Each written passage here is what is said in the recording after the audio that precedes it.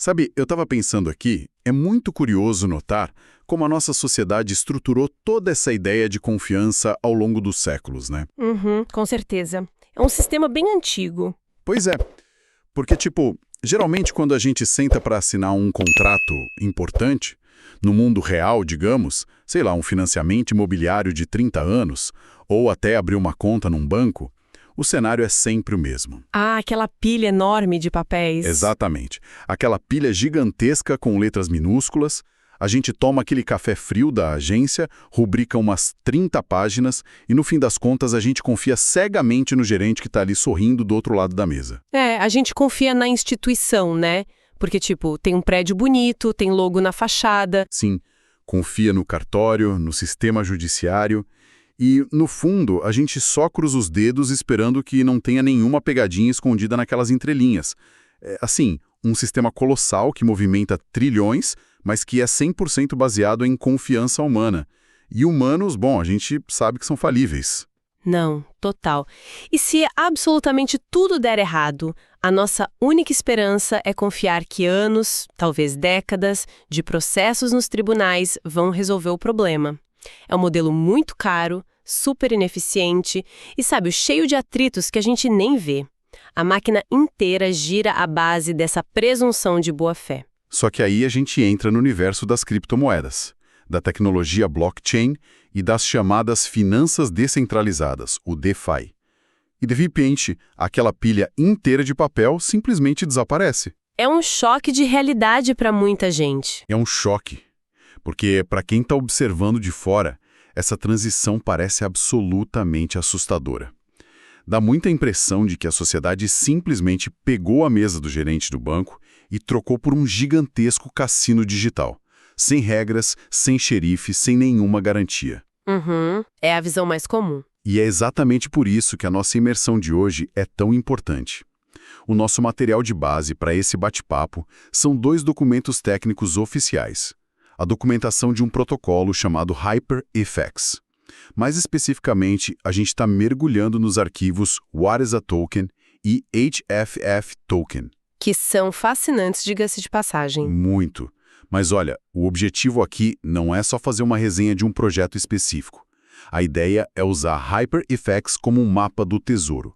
Um verdadeiro estudo de caso em tempo real. E a missão aqui é muito clara. Nós queremos dar a quem nos ouve as ferramentas mentais exatas para separar o que é só fumaça de marketing do que é, de fato, uma verdade matemática absoluta num projeto financeiro digital. Perfeito. A gente quer mostrar como ler as entrelinhas quando essas entrelinhas são feitas de código de programação, sabe? Exato. Queremos pegar o que parece um manual técnico denso e transformar num guia prático. E tem uma regra de ouro que guia toda essa documentação da HyperEFX, um princípio que quem está ouvindo precisa gravar na mente hoje. O comportamento de um ativo digital é definido puramente por código, e não por promessas de relações públicas. Essa é a premissa fundamental, é o que separa os amadores dos analistas sérios nesse mercado. E para entender como essa regra se aplica na prática, a documentação deles começa fazendo algo que é essencial, que é diferenciar o terreno onde esses projetos são construídos. Porque ontem a gente confunde as coisas logo no primeiro passo, achando que toda criptomoeda é estruturalmente igual, que tudo funciona do mesmo jeito. E assim, não é verdade. Não, nem um pouco. Existe uma diferença de engenharia massiva entre uma moeda com M maiúsculo, tipo o Bitcoin ou o BNB, e um token, que é o caso do HFX, ou de ativos como o Cake. Ok, vamos desempacotar isso. Pensando aqui, se a gente fosse criar uma analogia para quem não trabalha com engenharia de software ou não respira tecnologia o dia todo. Eu diria que lançar uma moeda nativa, que o pessoal chama de Layer 1 ou Camada 1, é tipo decidir construir uma rede inteira de rodovias estaduais completamente do zero. Ah, gostei dessa imagem. Né? A equipe tem que comprar o terreno, jogar o asfalto, criar a sua própria polícia rodoviária para garantir a segurança, tem que botar posto de pedágio, cuidar da manutenção de cada centímetro da pista, ou seja, é a criação da sua própria infraestrutura, a sua blockchain do zero. O custo de dinheiro e de segurança computacional para isso é astronômico. O que é fascinante aqui é como essa analogia funciona perfeitamente para explicar o outro lado da moeda, literalmente. o Layer 2, a camada 2, porque um token, estruturalmente falando, não constrói a rodovia. Ele só usa, né? Exato. Lançar um token é como abrir uma empresa de transportes enorme que vai usar uma malha rodoviária que já está lá, já está pronta, pavimentada e segura. Uhum. No caso da HyperFX, por exemplo, o documento mostra que eles usam a rodovia da Binance Smart Chain, a BSC. A rodovia já existe, os validadores já estão lá garantindo a segurança, mas para a frota de caminhões da empresa rodar lá em cima, essa transportadora é obrigada a seguir estritamente o código de trânsito inegociável daquela rodovia específica. E esse código de trânsito tem um nome técnico bem específico no material, não tem? Eu vi muito o termo BEP20. Sim, o padrão BEP20. Pois é. E em fóruns pela internet eu vejo muita gente achando que BEP20 é tipo uma marca. Ou um selo de qualidade subjetivo, sabe? Um ISO 901 das criptos. Mas a documentação deixa bem claro que não é nada disso. De forma alguma. O padrão BEP20 não é um atestado de que um projeto é bom ou ruim. Ele é uma interface técnica estrita. Tá, e o que isso significa na prática? É um conjunto bem rígido de regras de programação. Todo contrato inteligente de token na rede BSC precisa obrigatoriamente seguir essas regras. É isso que garante que uma corretora descentralizada, tipo a PancakeSwap, ou uma carteira digital como a MetaMask, consiga interagir com esse ativo automaticamente. Entendi. Se o código não tiver a função exata de transferência ou a função de checagem de saldo escrita do jeitinho que o BEP20 manda, a carteira simplesmente não consegue enxergar o token. Ele não roda. Fica invisível. Fica invisível. E é por causa dessa estrutura engessada que regras críticas da economia do projeto, tipo limite de taxa ou a quantidade máxima de tokens que podem existir, são impostas por essas linhas de código. Uma vez que o contrato é implantado na blockchain, a lógica vira imutável. Ninguém muda mais. Nem o desenvolvedor original, a menos que tenha um mecanismo de atualização que já tenha sido avisado e codificado no momento zero. Ou seja, a segurança não vem da boa vontade do fundador, nem de um aperto de mão. Ela vem da frieza dos números. Se a regra de trânsito diz que o caminhão não passa, ele bate num muro invisível e não passa de jeito nenhum. Exatamente. A matemática é implacável. Mas isso me leva a um ponto bem óbvio aqui. Se as regras são definidas por linhas de código, em Solidity, e não por boas intenções, como é que o público geral, pessoas que, não são programadoras, pode ter certeza de que aquele código não é uma armadilha super bem elaborada? E é exatamente nesse abismo entre a confiança de um usuário comum e o código técnico que a gente entra na camada de verificação e transparência. A blockchain é pública, os dados estão todos lá. Mas ler bytes compilados não é para qualquer um, né? Parece a tela daquele filme O Matrix. Só letrinha verde caindo. Total. Por isso, a primeira grande linha de defesa que os documentos da HyperFX mencionam é a verificação em plataformas exploradoras de blocos, como o BSScan. O famoso BSScan. Ele mesmo. Quando um contrato ganha aquele selo verde de Verified, de verificado, isso significa que a plataforma pegou o código-fonte original, escrito em texto legível para humanos, compilou e confirmou que bate milimetricamente com o que está rodando na blockchain. Ah, entendi. É a prova de que o que está na vitrine é exatamente o que está no estoque, sabe? Um contrato não verificado é uma caixa preta, é uma bandeira vermelha absoluta e imediata. Se não dá para ler a receita, ninguém deveria comer o bolo. Faz todo sentido. Mas só poder ler o código não impede que ele seja um código ruim, certo? Com certeza. Por quê? Eu posso publicar um livro em praça pública para todo mundo ler, e ele ainda assim ser um péssimo livro. É por isso que os documentos batem tanto na tecla das auditorias independentes, né? O texto cita que a HyperFX usou uma firma especializada chamada CoinSult. Isso, a CoinSult. Mas o que exatamente esses auditores, esses detetives cibernéticos, caçam no código? O material usa uns termos complexos, tipo vulnerabilidades de reentrada. Como a gente traduz isso para o mundo real? Bom, o trabalho de uma auditoria como a CoinSult é tentar quebrar o sistema de propósito. Eles procuram portas dos fundos deixadas maliciosamente ou brechas acidentais mesmo. Eles verificam se tem alguma linha de comando que deixa o dono do contrato drenar toda a liquidez para uma carteira dele na calada da noite. Credo. Pois é. E sobre esses ataques de reentrada que vira e mexe causam prejuízos de milhões, imagina o seguinte cenário no mundo real. Espera, deixa eu tentar usar uma analogia daquelas para facilitar. Seria tipo alguém sacando o dinheiro num caixa eletrônico. E o sistema do banco é tão lento para atualizar o saldo que a pessoa consegue dar o comando de sacar a mesma nota de R$ 100 umas 10 vezes seguidas antes do computador central registrar o primeiro saque e zerar a conta. É perfeito. É o hacker aproveitando 1 milissegundo de atraso para esvaziar o cofre. Exatamente essa tradução. A auditoria verifica a ordem das operações do código. O contrato precisa subtrair o saldo interno primeiro e só depois enviar o dinheiro para a pessoa. Se inverter, dá ruim. Dá muito ruim. Se enviar primeiro e subtrair depois, o hacker cria um loop infinito no meio do processo, a tal da reentrada, e drena absolutamente tudo. E tem mais. Num token que tem mecânica de imposto, a auditoria verifica a matemática dessa tributação. E aqui entra uma dúvida que eu fiquei martelando durante a leitura. Se a gente entra num site de um projeto qualquer e tá lá em letras garrafais piscando, nossas taxas nunca passarão de 5%. Por que alguém precisa ter o trabalho de ir até o contrato, abrir o BS Scan, caçar a auditoria da Coinsult e procurar a linha de código? A promessa da empresa ali no site não basta. Porque, pensa bem, se eles cobrarem 20% no dia seguinte, a reputação deles vai para o buraco e o projeto morre. Se conectarmos isso ao panorama geral do DeFi, a gente descobre bem rápido que reputação é um escudo muito, mas muito frágil. É mesmo. Demais. Muitas equipes são anônimas, usam pseudônimos. Uma promessa num site bonito pode ser apagada num clique. A equipe some com dinheiro e começa outro projeto com outro nome amanhã. A diferença colossal entre marketing e matemática é que a matemática não depende de moralidade. Nem do humor de quem programou. Exato. No caso prático da documentação do HFX, esse limite de 5% nas compras e vendas e a regra de 0% em transferências normais não é uma promessa de escoteiro. O código tem uma função embutida que cancela a transação.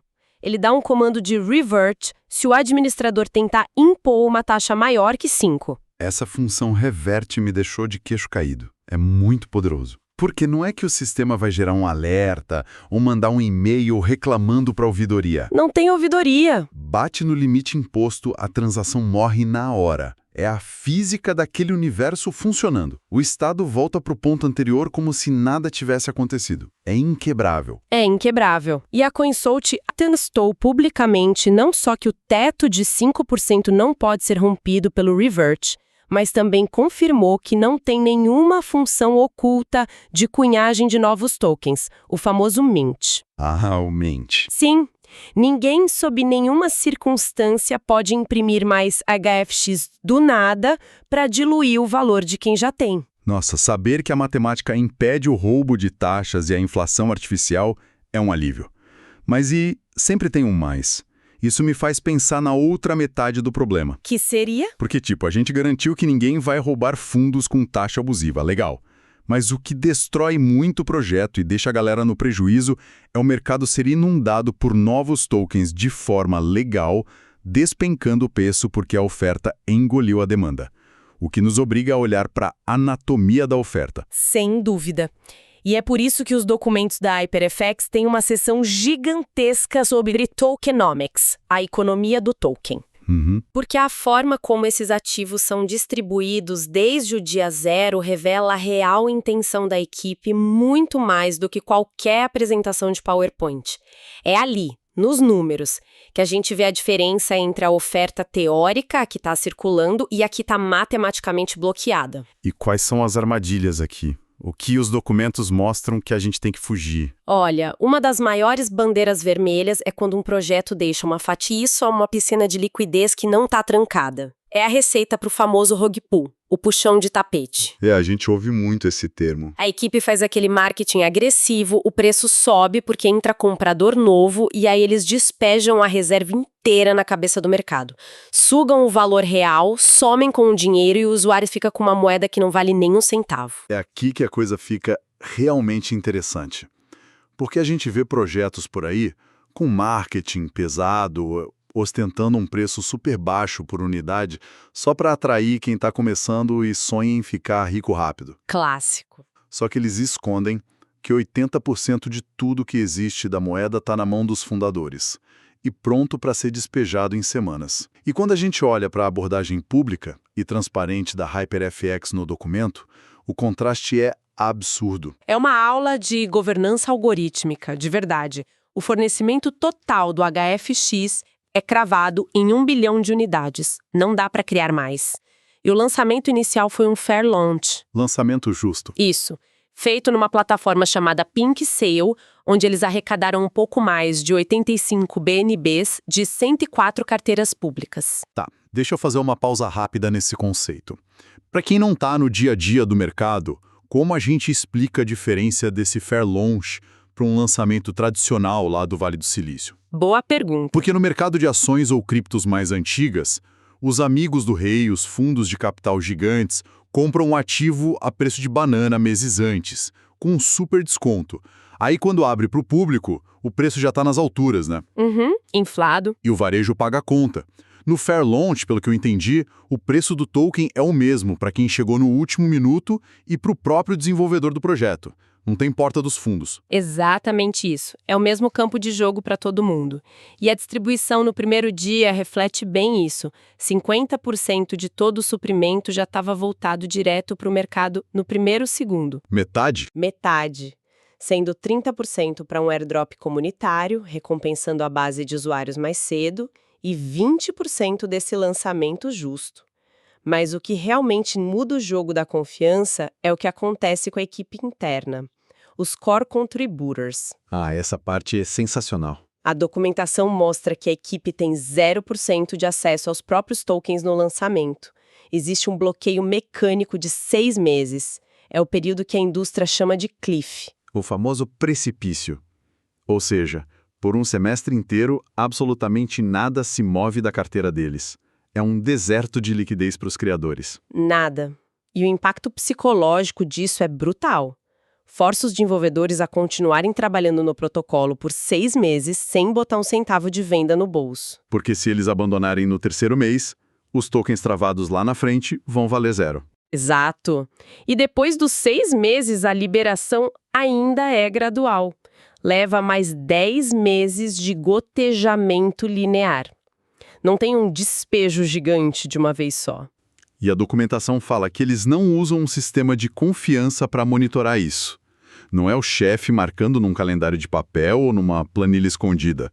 Eles usam uma ferramenta chamada Pink Lock. Isso. O Pink Lock é um protocolo à parte que aplica bloqueios de tempo direto na blockchain. É um cronômetro imutável. Qualquer pessoa pode pegar o número do registro, entrar lá e auditar o tempo descendo segundo a segundo. Caramba! E se o bloqueio da equipe já é severo, o destino da reserva da fundação vai muito além. O cofre principal está trancado por 250 meses. Ok, vamos lá. É o meu papel aqui ser o cético do bate-papo. Pode falar.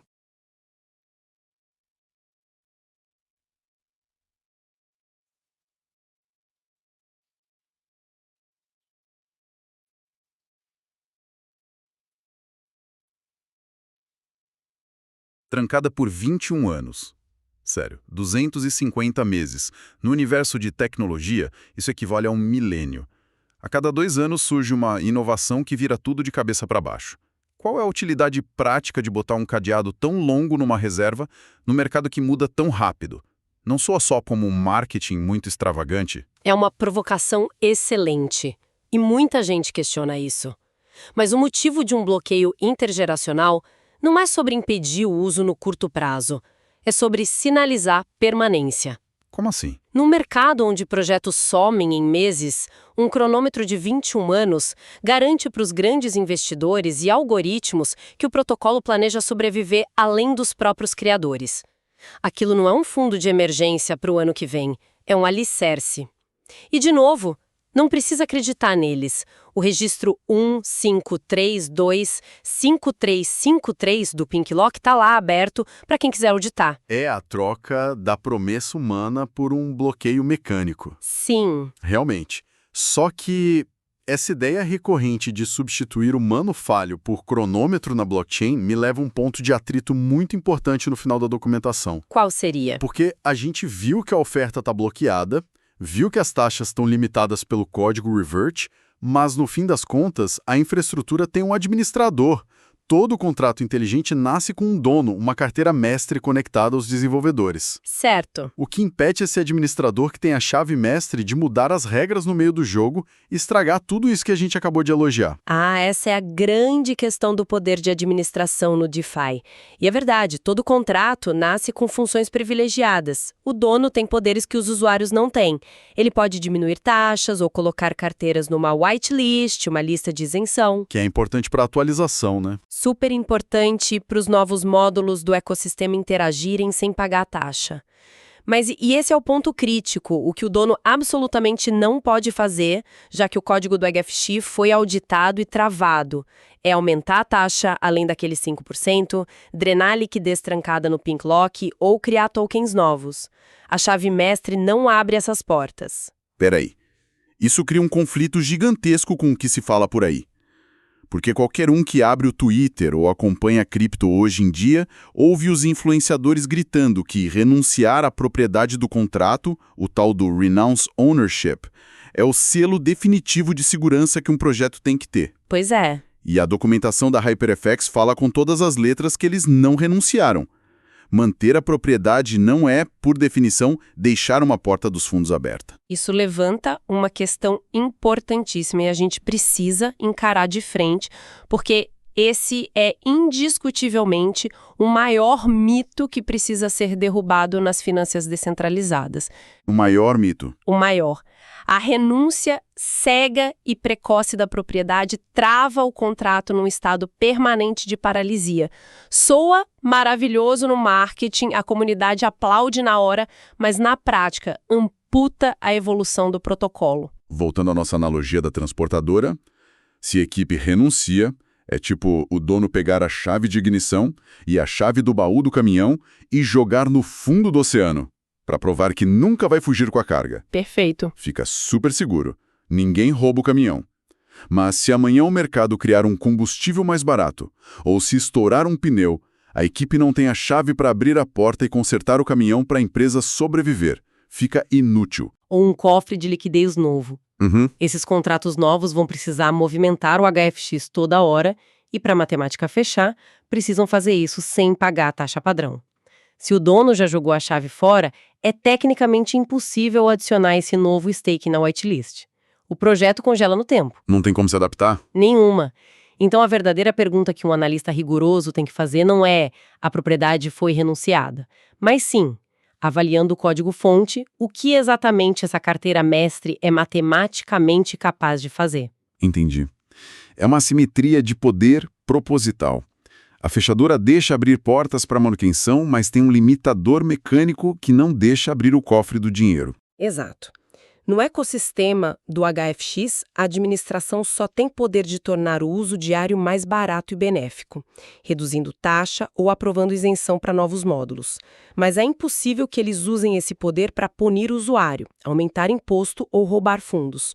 O poder só funciona para remover atritos, nunca para criar. Então, o que tudo isso significa no panorama geral? A gente começou a imersão de hoje falando daquela pilha exaustiva de contratos bancários no mundo real. Aquela tristeza. E fomos parar em limites de 5% engessados em Solidity, ataques de reentrada, cronômetros de 21 anos e a desconstrução do mito da renúncia de propriedade. A grande lição dessa leitura da HyperFX não é só sobre os detalhes de 1 bilhão de tokens, nem uma propaganda da Binance Smart Chain. Não, de jeito nenhum. É a prova documentada de uma mudança colossal de paradigma. A gente está saindo da era das promessas corporativas, do tapinha nas costas, do confia na nossa reputação, e entrando na era da verificação fria. O novo lema não é um pedido de fé. Aqui está o código aberto, o registro no Pink Lock e a auditoria. Faz a matemática você mesmo. Sem dúvida. É o empoderamento absoluto de quem usa o serviço. Quando a gente aprende a ler essas mecânicas e entende o que o selo de verificado realmente significa, avalia uma auditoria, a dinâmica muda. A pessoa deixa de ser só um passageiro no fundo do ônibus rezando para o motorista não jogar o veículo da ribanceira. E passa a ser o engenheiro que analisou matematicamente o freio, a suspensão e o combustível antes mesmo da viagem começar. É um nível surreal de controle que a gente não tem e talvez nunca tenha no mercado tradicional. E aí, explorando esse abismo entre os dois mundos, que eu queria deixar um pensamento provocativo para o final. Manda. A gente acabou de dissecar um ambiente onde cada centavo e cada regra de distribuição pode ser auditada por qualquer um de qualquer fuso horário sem pedir permissão a gerente nenhum. Operando de forma autônoma. Livre de horário comercial. Exato. E aí a provocação é, conforme esses contratos inteligentes imutáveis se estabelecem como o novo padrão ouro da confiança, quanto tempo vai levar até a sociedade passar a exigir esse mesmíssimo nível de código-fonte verificada para as coisas do nosso dia a dia? Imagina abrir um BS-Scan da vida para ver em tempo real as fórmulas matemáticas ocultas que estão regendo os juros de um financiamento da sua casa. Nossa, seria uma revolução. Imagina se a taxa abusiva de um banco tradicional esbarrasse em um código reverte e o próprio sistema cancelasse a tentativa maliciosa na hora, sem você precisar passar 10 anos na justiça para reaver o dinheiro. A infraestrutura para isso já existe e está rodando publicamente. A grande pergunta não é se é viável tecnicamente. A pergunta é, até quando a gente vai continuar confortável aceitando viver dentro dessa caixa preta empoeirada que chamamos de sistema financeiro